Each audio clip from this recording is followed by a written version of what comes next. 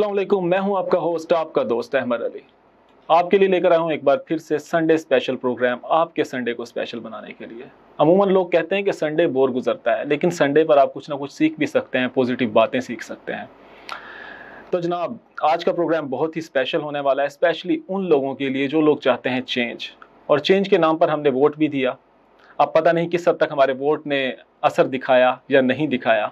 तो अगर आपको लगता है कि आपका वोट ज़ाया हो गया या वोट ज़ाया नहीं हुआ, कुछ और आपने चेंज के लिए कोशिश ऐसी की है, किसी बंदे से उम्मीदें लगाई हैं ऐसी और वो उम्मीदें आपकी ज़ाया हो गई, तो जनाब मैं यही कहना चाहूँगा आपसे कि तवक्कुआत दूसरों से लगाने की बजाय आप अपने आप से पूछिए कि आप सोसाइटी में क्या चेंज लेकर आ रहे हैं। चेंज जो है वो यहाँ से आता है, हमारे अंदर से आता है, इधर से आता है।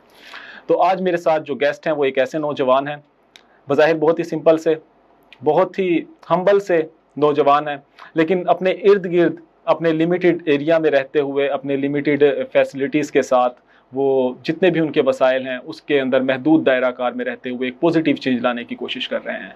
तो मैं ज़्यादा टाइम नहीं लूँगा। मेरे साथ मौजूद हैं हंजला अंसारी, जिनका ताल्लुक मुल्तान से है और बहुत ही पॉजिटिव वर्क कर रहे हैं, बहुत टाइम से सोशल वर्क कर रहे हैं। अस्सलाम वालेकुम हंजला। वालेकुम अस्सलाम। हंजला, सबसे पहले तो मुझे ये बताइए कि सोशल वर्क करने का आपके माइंड में ख्याल कैसे आया और कितनी एज में आया?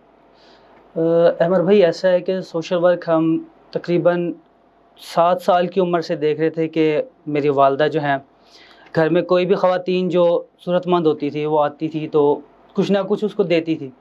तो वो शुरू से देखते थे कि पता नहीं क्यों एक औरत आती है और वो आके जो है ना पैसे लेती है या कोई भी जो उसकी ज़रूरत होती है उस हिसाब से वो लेती है और चली जाती है। देखते देखते फिर यहाँ से मदरसे में गए, वहाँ पे जब मैं हिफ्ज़ स्टार्ट किया तो हमारे जो कारी साहब थे उनके पास भी काफ़ी सारे ऐसे लोग आते थे जो जिनके जो है ना मामलात कारी साहब को पता होते थे या अल्लाह को पता होते थे। वो भी आते थे, कारी साहब को सलाम किया और कारी साहब ने उनको कुछ ना कुछ जो हस्ब तौफीक होता था देते थे और चले जाते थे। फिर जब मदरसे से हम निकले तो उसके बाद थोड़ा सा जो है ना वो जहन में ये था कि अल्लाह जाने ये है क्या चीज़ कि एक बंदा आता है। मेरी वालदा से भी जो है ख़वातीन आती थी, लेती तो चल जाती थी। इसी तरह कारी साहब से भी कुछ लोग आते हैं, सलाम करते हैं, कोई कारी साहब कपड़े दे देते हैं, खाना खिला देते हैं या पैसे वगैरह देते हैं। तो ये है क्या चीज़? तो कारी साहब से जब मैंने पूछा तो कारी साहब ने फिर हमें इस चीज़ के बारे में बताया कि इंसानी हमदर्दी, कि एक उस्ताद उसकी तनख्वाह को ज़्यादा नहीं, 10 से 15 हज़ार रुपये उसकी तनख्वाह, वो भी मदरसे में पढ़ाने वाला, और वो अपनी जेब से खर्च कर रहा है सिर्फ इंसानियत के नाते। तो उस दिन से कारी साहब ने जब हमें सबक पढ़ाया, उस दिन से हमें सिखाना शुरू किया। तो अल्हम्दुलिल्लाह 14 साल की उम्र में फिर ख़ुद से मैं जो है ना इसमें स्टार्ट किया कि मेरे साथ जो बच्चे पढ़ते थे जिनका ऐसे समझ लें कि वो किताबें नहीं ले पाते थे या पेंसिल वगैरह ये इसी तरह की कोई छोटी मोटी चीज़ें, मैं अपनी जेब से उनको जो है अल्हम्दुलिल्लाह लेके देता रहा। उम्र बढ़ती गई, साथ साथ इस चीज़ का जज्बा ही बढ़ता गया क्योंकि इसमें मज़ा बड़ा आता था। इंसानियत की जो है ना वो दुआएं लेना और उनके साथ हमदर्दी करके फिर दिलों में जगह बनाना। इससे साबित ये भी होता है हंजला के इंसान का दिल का अमीर होना ज़रूरी होता है, बजाय इसके कि आप वैसे अमीर हैं, आपकी फाइनेंशियल पोजीशन बहुत स्ट्रॉन्ग है, लेकिन दिल के आप गरीब हैं और आप एक कंजूस शख्सियत के मालिक हैं, तो फिर आप कुछ नहीं कर सकते। किसी के लिए आप जज्बा इंसानियत नहीं रखते, आपके दिल में हमदर्दी नहीं है। और अगर आप दिल के अमीर हैं तो फिर आप महदूद वसाइल में रहकर भी, वो कहते हैं ना, बहुत सी ऐसी मिसालें मिलती हैं कि अपने हिस्से का खाना उठाकर भी किसी को खिला देना, ऐसे भी सखी लोग होते हैं। तो बात यही है कि आपके दिल का अमीर होना बहुत ज़रूरी है। और बच्चे जो होते हैं वो हमेशा अपने घर से सीखते हैं, और जैसे हंसला बता रहे हैं कि इन्होंने अपने घर से ही इस चीज़ को सीखा।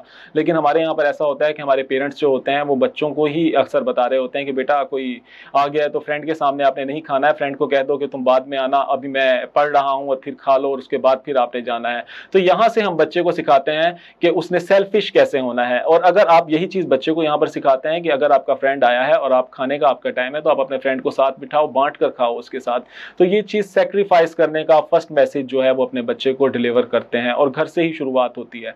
तो हंजला, आप बता रहे थे कि आप सोशल वर्क की तरफ इंटरेस्टेड हुए, तो ये बताइए कि आप इस टाइम आपकी एज क्या है? इस टाइम मेरी एज तकरीबन 21 साल, अब पिछले माह 21 साल का हूँ मैं। आप 21 साल के हैं, तो कितने साल आपको हो गए सोशल वर्क करते हुए? मुझे तकरीबन 8 साल हो गए हैं अल्हम्दुलिल्लाह। 8 साल आपको सोशल वर्क करते हुए हो चुके हैं। दैट्स मीन आपने 14 साल की उम्र में, जी अल्हम्दुलिल्लाह, 13-14 साल की उम्र, 13-14 साल की उम्र जब मैं हिफ्ज़ कर रहा था उसी टाइम स्टार्ट किया था जब कारी साहब ने हमें इस चीज़ का सबक पढ़ाया था, इंसानियत का सबक पढ़ाया था। उसके बाद हमने ये काम स्टार्ट किया और अल्हम्दुलिल्लाह अब तक ये जारी है। ये नहीं कि लोगों से लेकर हम काम करें, अपनी जेब से अल्हम्दुलिल्लाह जो हस्ब तौफीक होता है उसी हिसाब से हम अल्हम्दुलिल्लाह काम कर रहे हैं। तो आपने जब स्टार्ट लिया, आपको याद हो कि पहला सोशल वर्क आपने ऐसा क्या किया था, किसके लिए किया था? पहला सोशल वर्क मदरसे में ही हमने जो है वो कुछ बच्चे थे जो हमारे मदरसे में तो नहीं रहते थे, लेकिन वो बहुत गरीब थे। उनके पास ईद आई तो कपड़े वगैरह नहीं थे। हमारा असल में रमज़ान में ही होता था कि तरावी के बाद कारी साहब से अच्छी हमारी थी, कारी साहब बड़ी शफ़क़त करते थे। तो तरावी के बाद कारी साहब के पास बैठ जाते थे। वो कारी साहब के पास बैठे रहे तो उन्होंने कारी साहब से बात की बच्चों ने खुद, तो उनके पास कपड़े नहीं थे। तो हमारे मदरसे में बच्चों ने सारों ने पैसे मिलाए और उसको लीड मैं खुद कर रहा था। सारे बच्चों से मैंने पैसे इकट्ठे किए और वो हमने जो हमसे इकट्ठे हुए वो कारी साहब को दिए। तो कारी साहब ने उसके अंदर मज़ीद पैसे मिलाकर उन बच्चों को कपड़े लेकर दिए थे। जो 3 बच्चे थे वो अल्हम्दुलिल्लाह पहले 3 बच्चों को हमने जो पहला जो हमारा वर्क था वो ये था कि उनको ईद के लिए हमने कपड़े लेके दिए थे। तो हमज़ला, ये आपकी जो बात सुनकर मैं यही कहना चाहूँगा जो लोग देख रहे हैं कि आप अपने बच्चों को आदत हमेशा ये डालिए, ये आदत बिल्कुल मत डालिए, देने वाला हाथ रखिए उनका, कि वो लोगों में बाँट कर खुशी महसूस करें, लोगों के दर्द के अंदर उनका सहारा बनकर एक सेटिस्फिकेशन उनको मिले और वो मुतमईन हों। और जब आप अपने बच्चों को ये आदत डालेंगे तो यकीनन वो एक अच्छे इंसान बनेंगे। तो हंज़ला, आप बताइए कि अब आजकल आप क्या कर रहे हैं? आजकल हमने तकरीबन 2 साल से जो है ना एक काम स्टार्ट किया था यंगस्टर्स के लिए, कि जो हमारे नौजवान बहुत सी गलत एक्टिविटीज़ में जो है ना मुलविस हो जाते हैं। तो उनके लिए हमने टैलेंट हंट के नाम से एक प्रोग्राम स्टार्ट किया था। तो अल्हम्दुलिल्लाह वो प्रोग्राम हमारा कामयाब भी हुआ। उस प्रोग्राम के तहत काफ़ी सारे बच्चों ने पाकिस्तान लेवल पे परफॉर्म किया, हमारे प्लेटफॉर्म से आगे भी है। उसी प्लेटफॉर्म को हम जो है ना दोबारा से एक उस टाइम हमने टैलेंट हंट के नाम से सिर्फ उसका कोई नाम नहीं रखा था, एक ऐसे प्रोग्राम का नाम रख के स्टार्ट किया था। तो अब हमने वॉइस ऑफ यूथ के नाम से एक सोसाइटी बनाई है जो यंगस्टर्स के लिए है। हमारा मेन मकसद उस सोसाइटी का ये है कि जो हमारे जैसे नौजवान गलत एक्टिविटीज़ में हिस्सा लेते हैं, ख़ास तौर पे नशा, इसी तरह जो है शीशा की जो आजकल बड़ी आदत है नौजवानों को, उससे हम जो है ना नौजवानों को उस एक्टिविटी से निकाल कर उनके टैलेंट की तरफ, उनकी स्किल्स को जो है ना प्रमोट करते हैं, ताकि वो अपने ही टैलेंट की बेस पर पाकिस्तान का नाम भी रोशन करें और उनका रोज़गार भी लग सके। अच्छा, सॉरी, आपने जो मुझे स्टार्टिंग का अपना बताया कि आपने जहाँ से स्टार्ट लिया, इसके आप ट्रैक से कहीं नीचे नहीं उतर गए कि ये टैलेंट एक अलग साइड पर चला जाता है और एक किसी की इमदाद करना, हेल्प करना, नीड करना, बेसिक नीड्स में मतलब आप उनकी ज़रूरियात को पूरा करने की कोशिश करते हैं, वो एक अलग ट्रैक पर चली जाती हैं, दोनों चीज़ें अलग अलग हो जाती हैं? असल में मेरी सोच ये है कि अगर हम किसी की फोकस आपका मेन किस चीज़ की तरफ है, ये ज़रूर मेन बताइए। फोकस हमारा नौजवानों के ऊपर है। नौजवानों के ऊपर किस तरह है कि अगर हम एक नौजवान गरीब है उसकी हम हेल्प करते हैं, 1 दफ़ा करते हैं, 2 दफ़ा करते हैं, 3 दफ़ा करते हैं, लेकिन अगर हम उसकी बार बार हेल्प करते रहते हैं और उसको किसी अच्छे रास्ते पर नहीं लेकर आते, मतलब कि अच्छे रास्ते से मुराद के अगर हम उसको तालीम की तरफ ले आएँ, वो पढ़ लिख कर कोई अच्छा अपना रोज़गार बना सके, या हम उसको किसी जॉब की तरफ ले आएँ, तो इससे बेहतर ये नहीं है कि हम उसको रोज़ रोज़ जाके उसकी हेल्प करें और उसको कहें जी ठीक है आप बैठे रहो, हम बल्कि हम उसको ये कहेंगे कि भाई 1 दफ़ा हमने दे दिया, अगली दफ़ा हम आपको ये प्लेटफॉर्म दे रहे हैं, इसके थ्रू आप अपना रोज़गार बनाएं, या अपने आपके अंदर जो स्किल्स हैं उसको बाहर लेके आएँ, ताकि लोग आपको जॉब भी दे सकें, आपको रोज़गार भी लग सके, ना कि हम रोज़ रोज़ जाके उसकी हेल्प करें, उसको बार बार दें। इससे ये होगा कि वो खुद उसके अंदर कहते हैं ना कि वो हड हरामी आ जाएगी और वो वहीं पर बस बैठा है और बैठ के खा रहा है, तो इस चीज़ का बड़ा नुकसान होगा। इस वजह से हमने ये स्टार्ट लिया कि टैलेंट और स्किल्स जो है ना, हम बच्चों की जो प्रमोशन या इसको पॉलिश करके एक प्लेटफॉर्म दें बच्चों को, ताकि उसके थ्रू पाकिस्तान लेवल पर नाम भी रोशन हो पाकिस्तान का और कोई ना कोई रोज़गार भी मिल जाए। अच्छा, जॉब के लिए आप क्या कर रहे हैं? मतलब आपने कुछ ऐसी फैक्ट्री से रब्ता किया है, कुछ ऐसे इदारों से रब्ता किया है जहाँ पर आप उनको जॉब प्रोवाइड कर सकें, कुछ ऐसा कोई प्रोसेस किया है आपने? फ़िलहाल हमने कुछ जो हमारे साथ काम करने वाले इनके टीम मेंबर्स थे, पहले तो हम अपनी टीम को ही सुधार रहे थे। सुधारने से मुराद ये कि जो हमारी टीम हमारे साथ 2 साल से काम कर रही थी, तो उनको अल्हम्दुलिल्लाह हमने जॉब पे लगाया, ताकि हमारा भी वो दस्ते बाजू बने रहें और अपना भी रोज़गार वो चलाते रहें। अब उसके बाद हम इंशाल्लाह, जो ये लॉकडाउन का मसला हो गया था, लॉकडाउन के बाद जब हम काम स्टार्टअप करेंगे तो इंशाल्लाह काफ़ी सारे ऐसे हमारे साथ मुखय्यर हज़रात हैं जिन्होंने हमें कह रखा है कि आपके पास अगर कोई अच्छा नौजवान, अच्छे से मुराद ये है कि उसको वो दिलचस्पी रखता हो, ये ना हो कि हम उसको एक जगह लेके जाएं और 1 महीने बाद 2 महीने बाद वो वहाँ से जो है फ़रार हो जाएगी या वहाँ से चला जाए, नौकरी छोड़ जाए। तो इंशाल्लाह इस लॉकडाउन के बाद या इस पाबंदी के बाद हम जब काम स्टार्ट करेंगे तो इंशाल्लाह हम जो जॉब्स के हवाले से भी और टैलेंट के हवाले से भी काम करेंगे। अच्छा, आपने बताया कि आप टैलेंट के हवाले से काम कर रहे हैं, तो टैलेंट के हवाले से आप किस किस्म का प्लेटफॉर्म प्रोवाइड कर रहे हैं उनको? टैलेंट के हवाले से हम काम इस तरह कर रहे हैं कि पहले तो हम जो बच्चा इस चीज़ में इंटरेस्टेड है, किसी उसके पास कोई टैलेंट है, पहले हम उसको, जो हमने वॉइस ऑफ यूथ हमने जो सोसाइटी बनाई है, वो वैसे समझ लें ट्यूशन कह लें या एक एकेडमी कह लें, उसमें हम उस बच्चे को लेके आएंगे, उसको प्रॉपर एक ट्रेनिंग देंगे जिसमें वो अगर उस चीज़ में पूरा ट्रेन हो जाता है और वो इंटरेस्टेड भी है तो उसको फिर किसी ना किसी हम अगर कहते हैं कि तिलावत, नात या किसी भी किरत होगी, डिबेट होगी, तो मुख्तलिफ कंपटीशंस होते हैं, हम उसको पाकिस्तान लेवल तक भेज सकते हैं। कोई चैनल हो गया, वहाँ पे हम उसको भेज सकते हैं।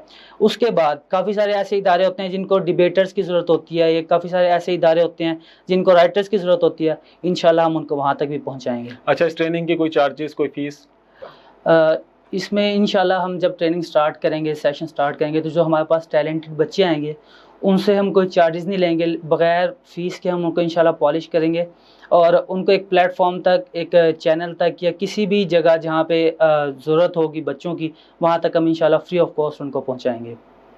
That's great. और मेरे ख्याल में व्यूअर्स, आपको भी ये देखने के बाद अपने बच्चों को, अगर आप सीनियर पर्सन देख रहे हैं कि घर के बड़े हैं आप, या फिर यंगस्टर्स देख रहे हैं, तो आपको चाहिए कि आप अपने इर्द गिर्द, अपने आसपास, अपनी कम्युनिटी में रहते हुए, अपने मोहल्ले में, अपने सोसाइटी में इस किस्म की आप सोसाइटीज़ क्रिएट करें कि जहाँ पर आप डिफरेंट नौइयत का काम कर सकते हैं। जिस चीज़ में भी आपका इंटरेस्ट है, वो फिर भले आपका कोई शोबिस की तरफ इंटरेस्ट हो या फिर आपका एनिमल्स लवर्स हैं आप, तो फिर आप एनिमल्स के लिए काम कर सकते हैं। आप देखते हैं कि हमारे यहाँ पर असल में हम जिस मज़हब से हमारा ताल्लुक़ है, वहाँ पर इंसानियत का जो जज्बा है वो सिर्फ़ इंसानों के लिए नहीं, वो जानवरों के लिए भी है, वो परिंदों के लिए भी है। क्योंकि हमारे प्यारे पैगंबर हज़रत मोहम्मद मुस्तफ़ा सल्लल्लाहु अलैहि वसल्लम, उनका जो जज्बा हमदर्दी था वो तो उस ऊँटनी के लिए भी था जिन्होंने अपने मालिक की कंप्लेन की थी कि ये मेरे ऊपर बहुत जुल्म करता है, और वो जानवर के लिए भी था, वो परिंदों के लिए भी था।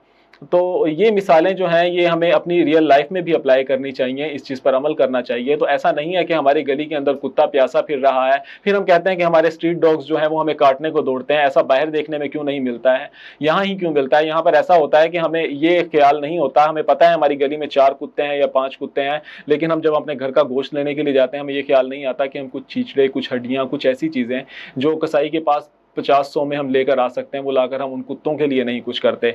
घर में आपकी अगर 2-4 बिल्लियाँ डेली आती हैं, उनको जूता मारकर आप भगा तो देते हैं, लेकिन जब विंटर आता है तो आप उसके लिए कोई ऊपर एक छोटा सा घर बनाने की कोशिश नहीं करते। ये एक्टिविटीज़ आप अपने बच्चों को करने दिया करें। और अक्सर ऐसा होता है कि हमारे घर पर कोई बच्चा अगर ऐसा करने की कोशिश करता है तो पेरेंट्स मना कर देते हैं कि ये हिल जाएगी, इसको लत लग जाएगी, ये दोबारा से आने लगेगी, घर में बिल्ली है या फिर डॉग है, इसको आप खाना खिलाओगे। तो ये क्या करते हैं, ये हम अपने बच्चों के अंदर से इंसानियत ख़त्म करते हैं, हमदर्दी का जज्बा ख़त्म करते हैं।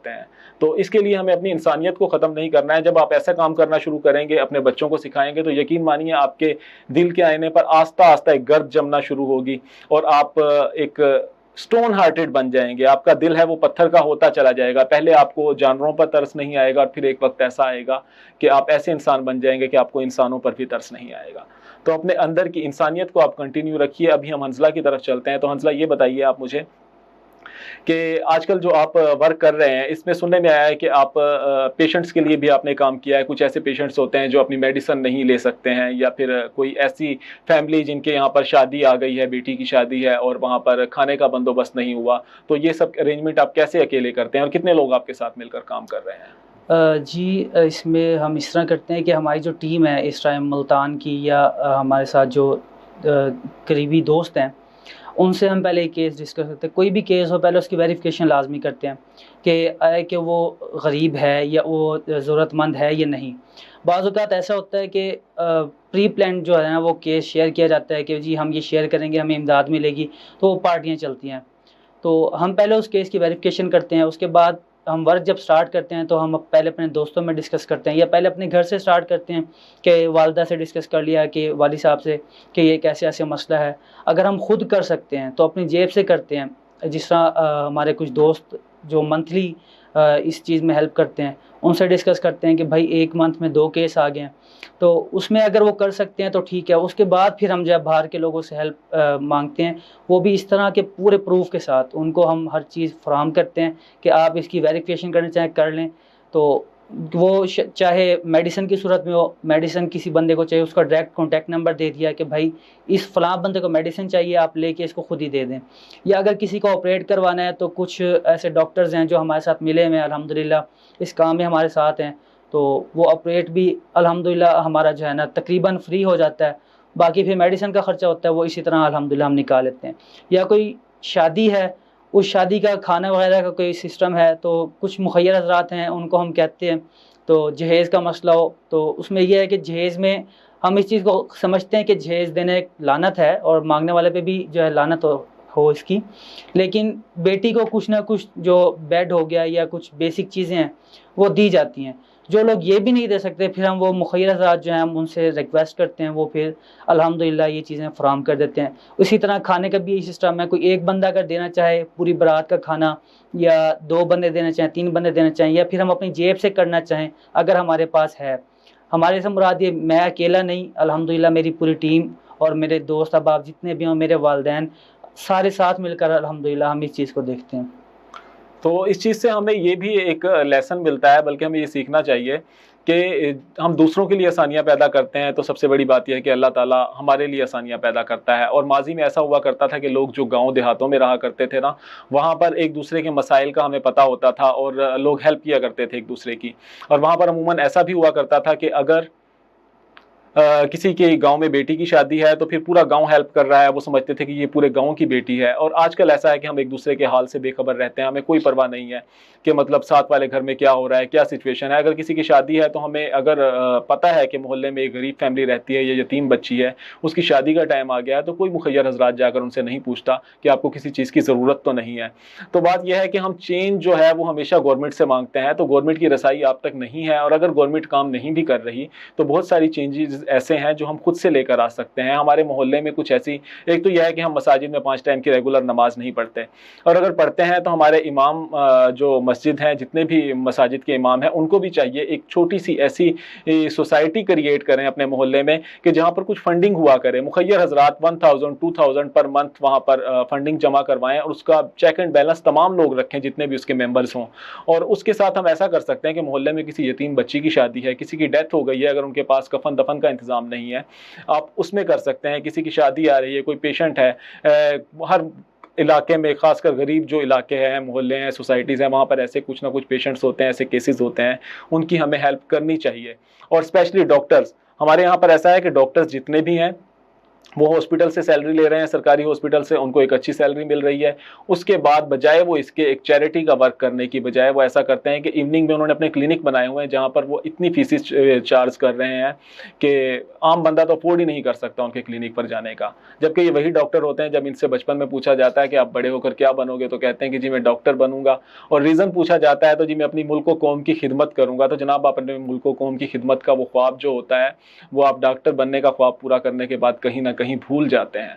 तो आज जितने भी लोग देख रहे हैं, आप किसी भी प्रोफेशन से आपका ताल्लुक है, तो आप अपने उस दायरे में रहते हुए अपने इर्द गिर्द के लोगों के लिए आसानियां पैदा करने की कोशिश ज़रूर करें। और व्यूअर्स, इसके साथ ही अब टाइम हुआ एक ब्रेक का, चलते हैं ब्रेक की तरफ। आपने कहीं नहीं जाना है, देखते रहना है मक्स संडे स्पेशल प्रोग्राम।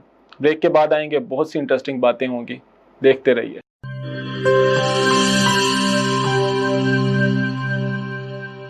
बोले दिल की बोलियां, जायके की जुबान है शमा,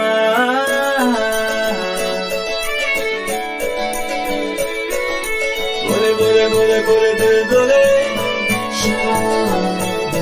कोई डिश आई लव यू कहे,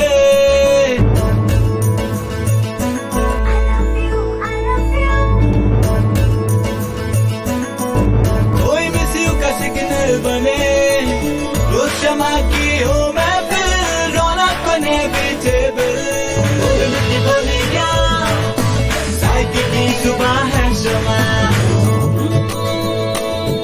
अभी मम्मी का है दुआ,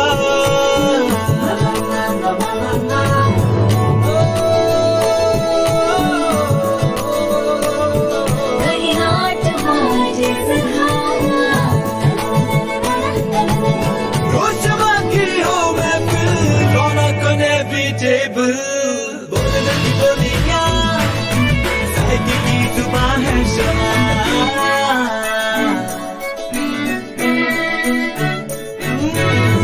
तकरार भी यही प्यार भी तकरार भी यही प्यार भी यही जीत भी यही हार भी तकरार भी यही प्यार भी यही जीत भी यही हार भी रोज शमा की हो महफिल और खुले भी टेबल बोली जल्दी बोली ना साहित्य की जुबान है शमा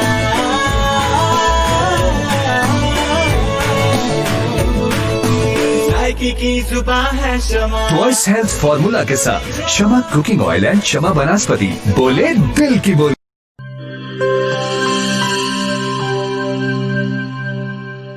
हर एक शय को साफ रखना अंदर बाहर हर एक कोना साफ रखना हाथों को पास ना कभी करोना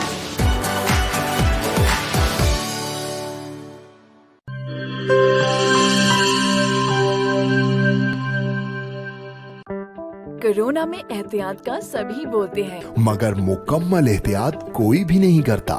मुकम्मल एहतियात करें पुनः या डिसइंफेक्टेंट।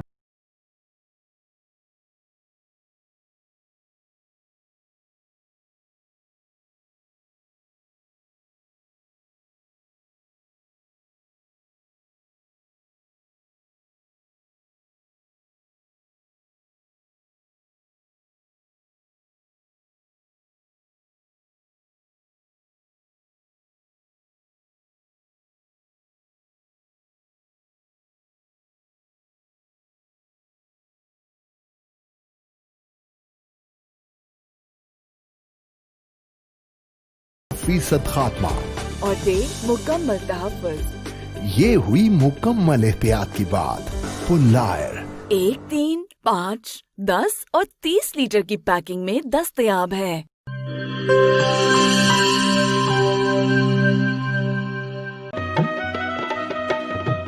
ठीक है, पैसे तेरी मर्जी दे, लेकिन मेरे को वॉशरूम, टॉयलेट ते फर्श शीशे वाली कार लिश्क दा चाहिए। बीबी फिक्र ही ना करो, मैं तो इवें विज करे सा वॉशरूम इवें जगमग जगमग होसी। मासी विज मुंह नाल नहीं करना, इंदे नाल करने। विज आया दाग ते जरासीम दा सफाया, सेहत सफाई ते पाकीज़गी गिन के आया। क्यों जो सफाई निस्फ ईमान है। वल लिटे मेरा ते विज दा कमाल, जनूबी पंजाब दा पहला ब्रांड। इंटरनेशनल मियार, जिंदगी खुशगवार। होवे क्यों ना, सराइकी जो किया। Wiz wash, house of cleaning products.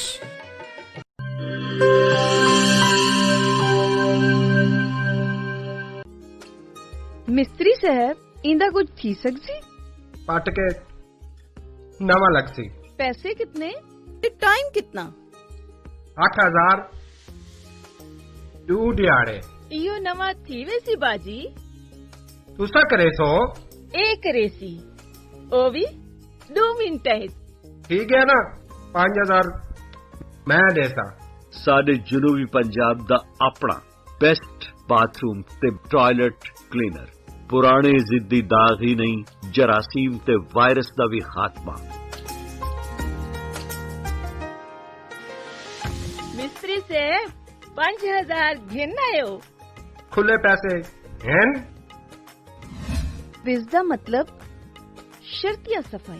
फखर नाल गिनो, एतमाद नाल वरतो। विज wash, house of cleaning products.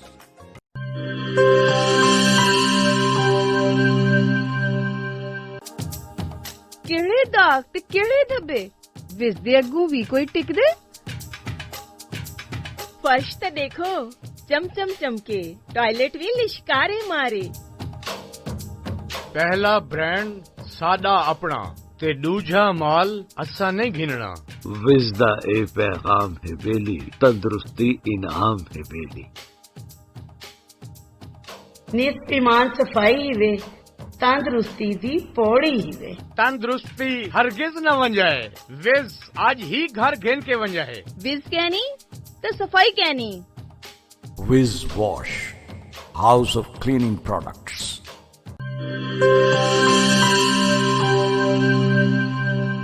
Once again, welcome back to Mug Sunday Special Program.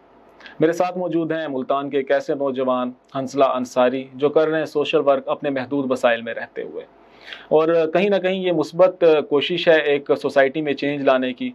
हम अक्सर सोचते हैं ना कि हम बहुत सारे लोगों के लिए बहुत ज़्यादा कुछ नहीं कर सकते, लेकिन अगर ऐसा नहीं कर सकते हैं तो हम अपने आसपास चंद लोगों की ज़िंदगी में भी अगर चेंज लाने की कोशिश में कामयाब हो जाते हैं तो आप एक बहुत ही मुस्बत काम कर रहे हैं, बहुत अच्छा काम कर रहे हैं। तो मेरी हंसला से बात हो रही थी। हंसला, जिस एज के अंदर मतलब टीनेजर्स जब होते हैं, लोगों को क्रश भी होते हैं, लव भी होते हैं और किसी न किसी में इंटरेस्टेड भी होते हैं, उस एज में आपके माइंड में कैसे ये ख्याल आया कि आप ये सोशल वर्क करेंगे? और सोशल वर्क का आपने बता दिया कि आपके माइंड में फैमिली से आपने सीखा, इस तरह से आप इस तरफ आए, तो कभी आपको मतलब किसी पे चार्म आया हो, किसी पे क्रश हुआ हो, या फिर कोई ऐसी फीलिंग आई हो लव वाली, इस चक्कर में पड़े हो? नहीं, अल्हम्दुलिल्लाह अब तक तो मैं महफूज हूँ और आगे भी अल्हम्दुलिल्लाह महफूज ही रहना चाहता हूँ। तो क्योंकि अगर मैं इस तरफ आता हूँ तो फिर मेरा ख्याल है कि दूसरे मामला से जो है ना वो मुकम्मल हट जाता हूँ। तो हंसला ने जिस तरह से अल्हम्दुलिल्लाह का वर्ड यूज़ कर कहा है कि मैं महफूज हूँ, इससे लगता है कि जो लोग इस टाइम सिंगल नहीं हैं, किसी न किसी रिलेशनशिप में हैं, वो किसी न किसी आफत में मुब्तला हैं और उस आफत से हंसला अंसारी महफूज हैं। तो आप जिस आफत में हैं आप उससे कैसे बच सकते हैं, ये आप खुद मैनेज करेंगे। तो हंसला, इसका मतलब है हम ये समझ सकते हैं कि आप शदीद किस्म के सिंगल हैं? अल्हम्दुलिल्लाह, शदीद नहीं, बहुत ज़्यादा शदीद किस्म का, क्योंकि एक मैं और एक मेरा जो ऐसा समझ लें गौ तकिया है। अच्छा। हम दो लोग हैं बस। ग्रेट। अच्छा हंसला, फ्यूचर में आपका क्या प्लानिंग है कि आप आगे क्या करना चाहते हैं? फ्यूचर में हमारा जो मेरा ज़ाती प्लान या सोसाइटी के हवाले से प्लान ये है कि हम इस प्लेटफॉर्म को एक पाकिस्तान लेवल पर या फिर इंशाल्लाह अगर हमारा ये मज़ीद सेटअप चलता रहा और हमारे साथ जिस नौजवान मिल रहे हैं, क्योंकि 4 महीने अभी इसको हुआ वॉइस ऑफ यूथ को बुनियाद इसकी रखे हुए, तो पूरे पाकिस्तान से अच्छा खासा रिस्पांस मिला है कि अल्हम्दुलिल्लाह जब मैं अकेला था 2 मार्च 2020 में मैं अकेला इसकी बुनियाद रखी और नाम इसका सोशल मीडिया पे आया, तो तकरीबन 3 माह बाद आज मेरे साथ 400 और तकरीबन 75 मेंबर्स जो रजिस्टर्ड हैं मेरी सोसाइटी में वो काम कर रहे हैं। तो अगर इसी तरह हम इंशाल्लाह काम करते रहे, अल्लाह ने तौफीक दी, तो इसको एक लेवल तक हम लेके जाएंगे। और ख़ासकर नौजवानों के लिए, नौजवानों की फ़लाह बहूत के लिए, ना कि सिर्फ फ़लाह बहूत किस चीज़ में कि अगर कोई बच्चा गलत चीज़ में इंटरेस्टेड है तो उसको हम एक अच्छी चीज़ की तरफ या अच्छे प्लेटफॉर्म की तरफ लेके आएंगे और उसको आगे लेके जाएंगे। और इसी तरह इंशाल्लाह हम अल्लाह से भी दुआ करें कि अल्लाह पाक हमें मज़ीद तरक्की भी दे इसी फील्ड में।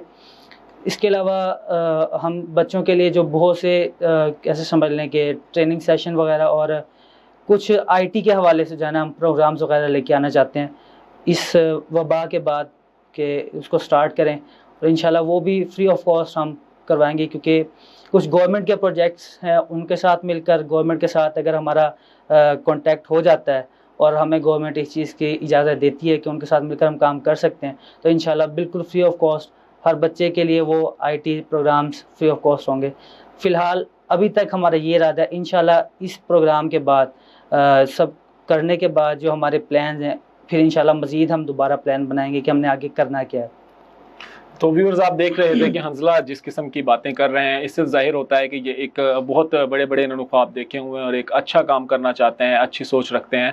तो ये सोच की जो शुरुआत है, अक्सर हम अच्छी सोच वाले लोगों को सराहते तो ज़रूर हैं, लेकिन हम अपने आप से नहीं पूछते कि हम पॉजिटिव चेंज क्या लाएंगे माशरे के अंदर, क्या हम चेंज ला सकते हैं। तो आप भी आज से ही शुरुआत कीजिए, कोशिश कीजिए कि अपने इर्द गिर्द ऐसी सोसाइटीज़ बनाइए छोटी छोटी, जो रजिस्टर्ड होना ज़रूरी नहीं है। रजिस्टर्ड होने के लिए तो ये होता है कि आपको दिखावा होता है, नेकी वही है जो दिखावे की ना हो। और जब कहते हैं ना कि आप दिखावे की कोशिश नहीं करते हैं तो कहीं ना कहीं आपका नेक अमल लोगों तक पहुंच ही जाता है और लोग देख ही लेते हैं, और ना भी पहुंचे तो अल्लाह उसको आपका सिला ज़रूर देता है। तो हंसला अंसारी ने को मैं काफ़ी टाइम से जान रहा था, मतलब देख रहा था इनकी चीज़ों को, तो मुझे माइंड में ये ख्याल आ रहा था कि हंसला को अप्रिशिएट करना चाहिए और हंसला अप्रिसिएशन के लायक है। मतलब जितना भी ये काम कर रहा है इस कम एज के अंदर, ये बहुत ही कम लोग करते हैं। मतलब आजकल तो ऐसा है कि हम अपनी पॉकेट मनी के अंदर से अपनी ही हमारी पूरी नहीं पड़ती है। हम सोचते हैं जो यंगस्टर्स हैं कि हमारी शॉपिंग कंप्लीट हो जाए, और घर वालों को अक्सर पेरेंट्स को तंग करते रहते हैं कि हमें अब न्यू सेल फोन लेना है, पार्टी में जाना है, न्यू ड्रेस लेना है, पार्टी करनी है, बर्थडे पार्टी आ रही है, या कोई गिफ्ट देना है फ्रेंड को, तो इसके लिए अपने पेरेंट्स को हम तंग करते रहते हैं। लेकिन ऐसे में अगर कुछ नौजवान ऐसा सोचें कि हमने अपनी पॉकेट मनी में सेविंग कर कर हमने कुछ ऐसा वर्क करना है, तो यकीन मानिए कि आपको एक रूहानी सुकून भी मिलेगा, और आप एक जो आजकल डिप्रेशन में मुब्तला हैं लोग और नेगेटिविटी की तरफ जा रहे हैं, और एक जज्बा इंसानियत ख़त्म हो रहा है, हमदर्दी ख़त्म हो रही है, ये सारी चीज़ें बहाल होगी। और जो हम लोग कहते हैं ना कि दुनिया जो है वो बहुत बुरी है, दुनिया बहुत जालिम है, ये दुनिया हम लोगों से ही मिलकर बनी है, और हम लोग जब अच्छे हो जाएंगे तो यकीनन ये दुनिया भी अच्छी हो जाएगी और बहुत ही खूबसूरत हो जाएगी। अच्छा हंसला, ये बताइए मुझे, जहाँ पर आप इतना एक पॉजिटिव वर्क कर रहे हैं, तो आपको आसपास की सोसाइटी की तरफ से, आसपास के लोगों की तरफ से जिनसे आप मिलते हैं, किस किस्म का आपको रिस्पॉन्स मिलता है? आपको एक अप्रिशिएट करने वाले लोग मिलते हैं, या फिर ज़्यादा हेल्प करते हैं, ज़्यादा आपको रिस्पेक्ट देते हैं ये वर्क देख करके आप इतनी सी एज में ये सब कुछ कर रहे हैं? कोई ऐसा एक्सपीरियंस शेयर कीजिए। जी अमर भाई, ऐसा है कि हमारे साथ कुछ ऐसे लोग भी हैं जो अप्रिशिएट भी करते हैं, और कुछ ऐसे लोग भी हैं जो हेल्प भी करते हैं। जिनसे हेल्प नहीं होती वो अप्रिशिएट कर देते हैं, दुआ भी देते हैं। कुछ हमारे बुज़ुर्ग ऐसे हैं जो जिनकी दुआओं से हम अल्हम्दुलिल्लाह आज इस मुकाम पर हैं कि लोगों की हेल्प कर रहे हैं। लेकिन इसी के साथ साथ कुछ ऐसे लोग भी हैं कि जिस तरह भी ये लॉकडाउन का सिलसिला शुरू था, शुरू में हमने जब काम स्टार्ट किया तो एक बंदे ने ख़ुद हमें अपने पास बुलाया। तो उसने बुलाकर हमसे पूछा कि आप वर्क कर रहे हैं, ठीक है, अच्छा कर रहे हैं। तो खुशी हुई जब उसने अप्रिशिएट किया। तो उसने मुझे कहा, जी आपको क्या चाहिए? मैंने कहा हम एक लोगों की हेल्प कर रहे हैं, क्योंकि इस टाइम सबसे बड़ा मसला राशन का है। और उसके बाद फिर लॉकडाउन मज़ीद जब बढ़ा तो किराए का मसला भी शुरू हो गया, फिर लोगों के जो है ना वो घरों का मसला भी स्टार्ट हो गया। तो उसको मैंने बताया कि हमें आप जो कुछ दे सकते हैं वो दे दें। तो मैंने उसको फिर साथ ये भी कहा कि अगर आप नहीं दे सकते, अगर हम आपको बंदे दे दें, आप उन तक ख़ुद पहुंचा दें। उसने कहा ठीक है। हमने उनको बंदे दिए, यानी कि जिन तक जो मुस्तहिक लोग थे। उस भाई ने, मैं उसके लिए दुआ ही करूँगा, पहले उन लोगों को बुलाया, एक दिन बुलाया, दूसरे दिन बुलाया, तीसरे दिन बुलाया, लेकिन वो मसला हल करने के बजाय ख़ुद वो अंदर बैठे रहे अपने ऑफिस के अंदर, और उन लोगों को बाहर बिठा के रखा। तो उन लोगों की तरफ से हमें बहुत ज़्यादा जो है ना सबसे पहले नेगेटिव रिस्पांस मिला कि मैंने सोचा कि बस अब ये काम करना ही नहीं है, क्योंकि ऐसे मतलब कि गरीबों की तरफ से तो हमें था ही था, जो मुस्तहिक लोग थे उन्होंने तो हमें जिस निगाह से देखा कि इन्होंने हमारी तस्दील करवाई, और वाकई इंसानियत की तस्दील थी। वो सिर्फ एक साफ शब्दों में आप कहें तो उन्होंने आपके साथ बहुत ज़्यादा मिसबिहेव किया, और एक जो आपके लोग वहाँ पर गए थे उनको निकालने वाला कहा कि यहाँ से आप जाएं, और आप क्या कर रहे हैं या क्या वर्क कर रहे हैं? जी बिल्कुल ऐसा ही है। उनको जब एक दिन बुलाया, दूसरे दिन बुलाया, तीसरे दिन, जब चौथे दिन बुलाया तो उनके जो वहाँ पर मुलाजिम थे उन्होंने उनको निकाल दिया। तो निकालने का मकसद यही है कि एक इंसान की तस्दील की ऊपर से हमारे पास फिर ऐसे फ़ोन कॉल्स आई उन्हीं की तरफ से कि जी आपने इंसानियत का ठेका उठाया हुआ। जब मैंने उनसे रिस्पांस मांगा, मैंने कहा जी आपने काम किया या नहीं किया, तो उन्होंने बहुत ज़्यादा गलत बातें की। तो यहाँ से फिर बड़ा जो है ना दिल ऐसे मतलब ख़राब हुआ, और सोचा कि बस इसको छोड़ देते हैं, इस काम को करते ही नहीं है।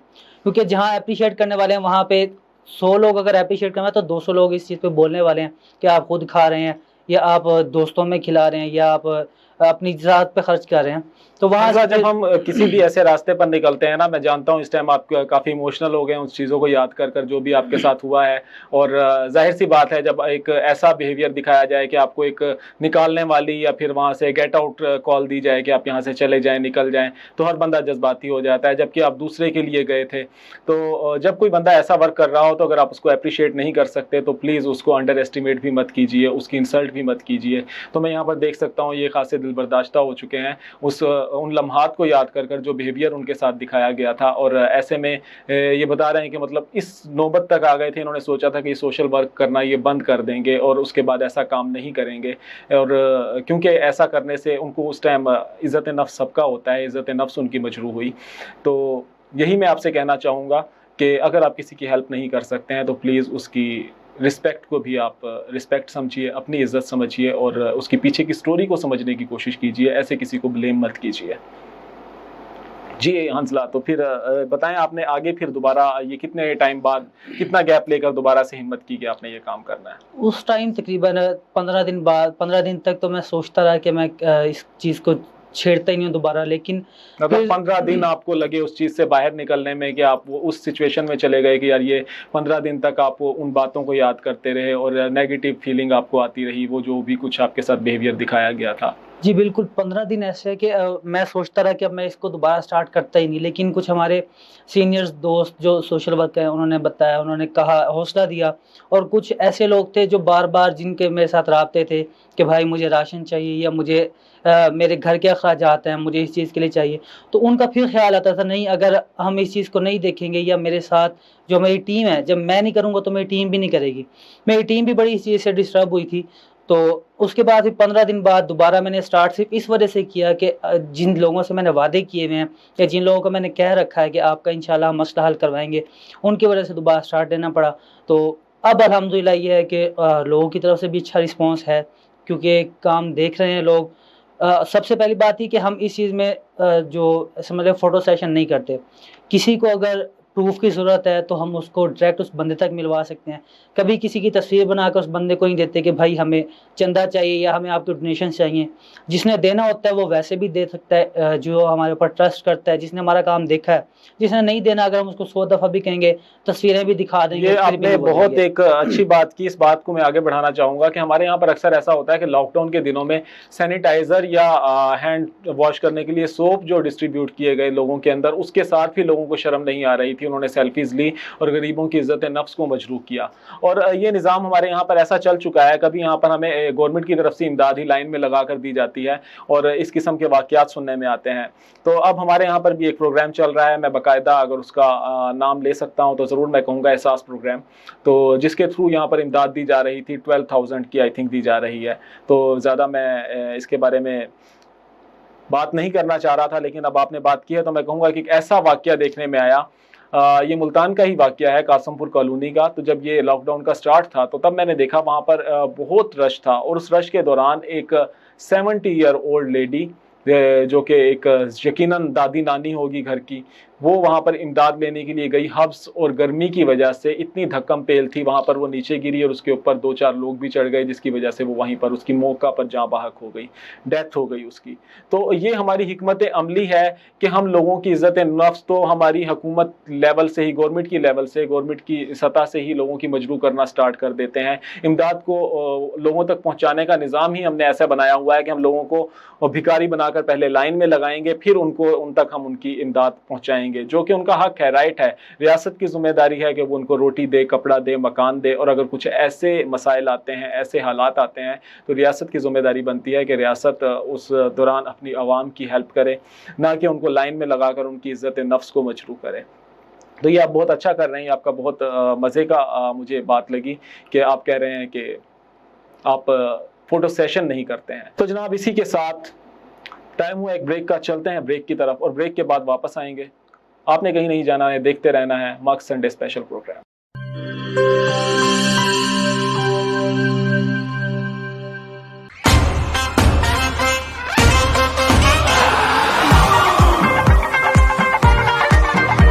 सारी दुनिया भागे भागे भागे बूम बूम, सारी दुनिया नचे नचे नचे बूम बूम।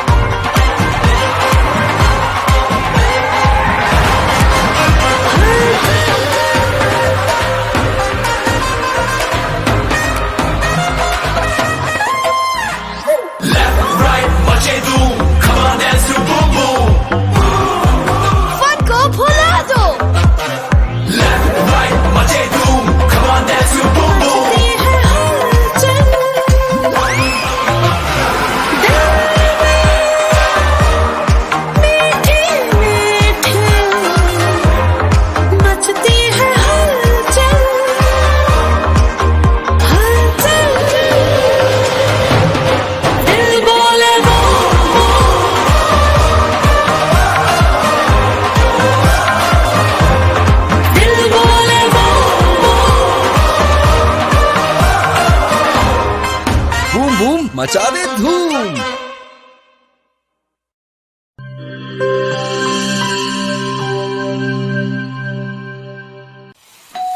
हो मेहमानों की आमद है, फिर आई शामत है। कुछ नया पकाओ, नया खिलाओ,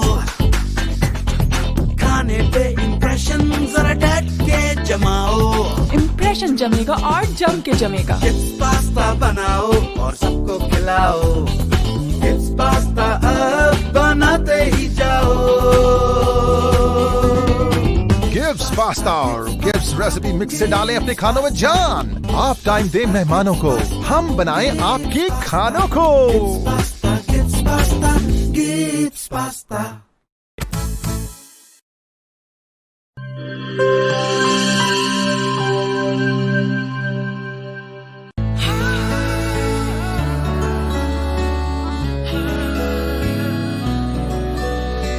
इसकी लज्जत ऐसी जो सबके दिल को भाए।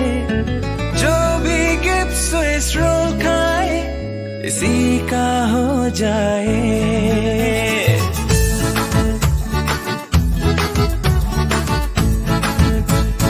अपना बनाना हो, किसी को मनाना हो, दिल में बसाना हो, जायका इसका छाए, खा के मुस्कुराए। जो भी गिफ्ट स्विस रोल खाए इसी का हो जाए। जब दूध और अंडे में मिले स्ट्रॉबेरी, वनीला और बनाना का फ्लेवर, तो बनता है मजेदार गिब्स स्विस रोल, जिसकी मिठास दिलों को मिला दे। गिब्स स्विस रोल, जो भी खाए इसी का हो जाए।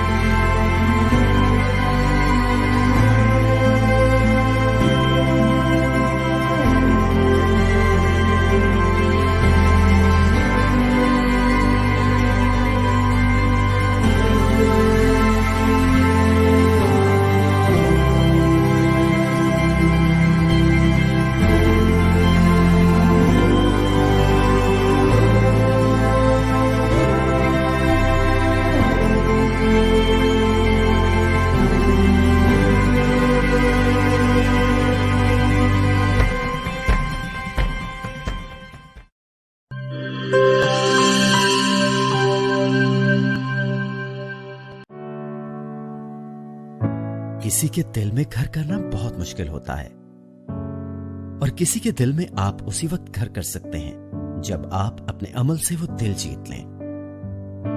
और दिल आप तब जीत सकते हैं जब जीत का जज्बा हो। इसी जज्बे से सरशार हमने लगाया एक छोटा सा पौधा जो आज एक तनावर दरख्त बन चुका है, और इसकी घनेरी छांव में आपको मिल रहा है ममता की आगोश जैसा सुकून। अल्हम्दुलिल्लाह, ये तनावर दरख्त जिसे आपकी पजीराई ने सेंचा। गुलिस्तान प्रॉपर्टी मार्केटिंग अपनी घनी छांव को फैलाते हुए एक और शाख के जेर साया आपको दे रहा है सोनी धरती हाउसिंग स्कीम, वो भी मुकम्मल रिहायशी सहूलियात के साथ। आपके दिल की धरती पर हमारा घर, और सोनी धरती पर आपका घर।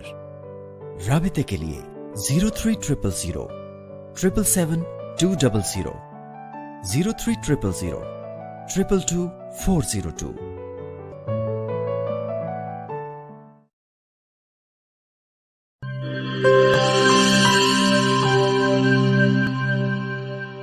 Once again welcome back to मक संडे स्पेशल प्रोग्राम। मेरे साथ मौजूद हैं एक ऐसे मुल्तान के नौजवान जो कर रहे हैं सोशल वर्क, और सोशल वर्क के साथ साथ बुला रहे हैं सोसाइटी में इर्द गिर्द अपने एक बहुत ही पॉजिटिव चेंज, और लोगों की हेल्प कर रहे हैं। इंसानियत का जज्बा इनके अंदर बहुत ज़्यादा है।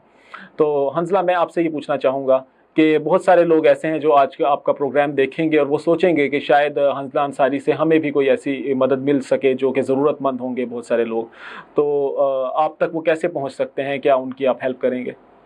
जी, हमारे पास कोई भी ऐसा बंदा है जिसको किसी भी चीज़ की ज़रूरत है, मसलन कि उसके घर के मसाइल, राशन है, किराए का मसला है या फ़ीस का मसला है, उसके बाद कोई भी मर्ज़ है उसमें उसको हेल्प चाहिए, हमारी हेल्प चाहिए, डॉक्टर्स की हेल्प चाहिए, तो वो हमारे तक पहुंच सकता है।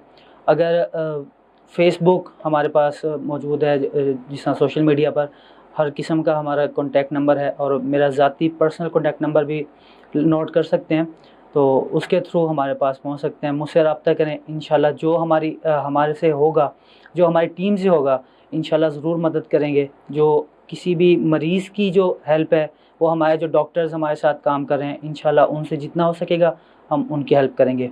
तो व्यूवर्स, अगर आप में से कोई ऐसा है जिसको लगता है कि शदीद मदद की ज़रूरत है उनको, और कोई हेल्प करने वाला इस टाइम पर नहीं है, वैसे तो हेल्प करने वाली अल्लाह की ज़ात है, और अगर आपको लगता है कि आपको हंजला अंसारी से रब्ता करना है तो आप हंजला अंसारी आपको बताएंगे। हंजला अंसारी, आप अपना सेल नंबर प्लीज़ नोट करवा मेरा सेल नंबर नोट कर लें, 030983510223।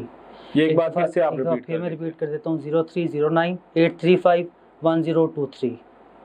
तो इसी नंबर पर मुझसे रब्ता कर सकते हैं। मुझसे या मेरी टीम से, किसी भी मेरी टीम के मेंबर से रब्ता करके आप इंशाल्लाह आपकी मदद ज़रूर होगी, और आपकी इज़्ज़त नफ्स को भी ख्याल रखा जाएगा, उसकी आपकी इज़्ज़त नफ्स भी मजरूर नहीं की जाएगी। बाज़ लोग इस चीज़ से डरते हैं कि अगर हम रब्ता करेंगे तो कोई आगे हमारे जानने वाला ना हो। अगर कोई जानने वाला भी होता है तो उसका भी कोई इतना ख़ास मसला नहीं है, वो हमसे रब्ता करे, इंशाल्लाह पर्दे में रहकर हम उसकी मदद करेंगे। जी हंजला, इसके साथ ही हमारे प्रोग्राम का ख़त्म होने जा रहा है टाइम। आपसे इजाज़त चाहेंगे। बहुत बहुत शुक्रिया, आपने टाइम निकाला हमारे प्रोग्राम के लिए। और व्यूवर्स, आप देखते रहिएगा मक संडे स्पेशल प्रोग्राम, और हर बार हमारे साथ होगा एक नया गेस्ट, और लाजमी नहीं है हर बार सैड सिचुएशन हो, हर बार एक नया ट्विस्ट होगा प्रोग्राम में, एंटरटेनमेंट होगी प्लस अवेयरनेस होगी। तो देखना मत भूलिएगा मक संडे स्पेशल प्रोग्राम। इसके साथ ही अहमद अली को इजाज़त दीजिए, और याद रखिए लोगों के लिए आसानियाँ पैदा करते रहिए, अपने इर्द गिर्द चेंज लाने की कोशिश कीजिए, और सबसे पहले अपनी सोच को तब्दील कीजिए। आप लोगों के लिए आसानियाँ पैदा करेंगे, अल्लाह पाक आपके लिए आसानियाँ पैदा करेगा। अल्लाह ने के बाद।